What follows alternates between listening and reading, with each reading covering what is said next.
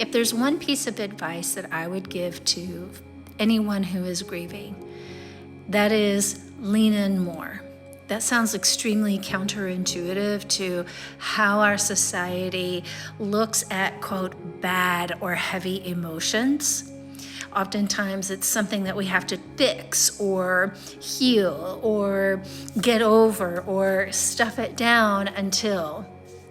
And here's the thing is, grief can be put into a box, but eventually the walls of that box will start to break down, get cracks, and eventually disintegrate to the point where grief says to you, I need your attention.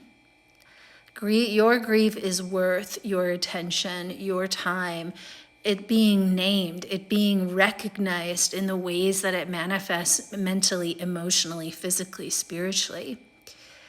And we learn that grief starts to shift and change as we start to shift and change.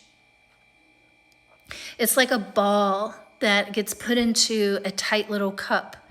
And then as we start our own healing, quote, healing journey, our own journey to navigate life now, the grief ball may never reduce or expand, but the container that it gets put into starts to expand because we expand. We start to understand that how grief has a place in our life. Just like happiness, just like joy, grief is just as an important part of that. As a society, we think if we don't pay attention to it or we try to fix it, then we're failing at grief, or that we'll never get up off of the floor.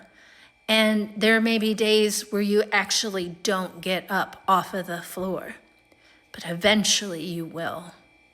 Eventually there'll be a glimmer, a little glitter, a little sun that comes through, and then it starts to widen just a little bit more.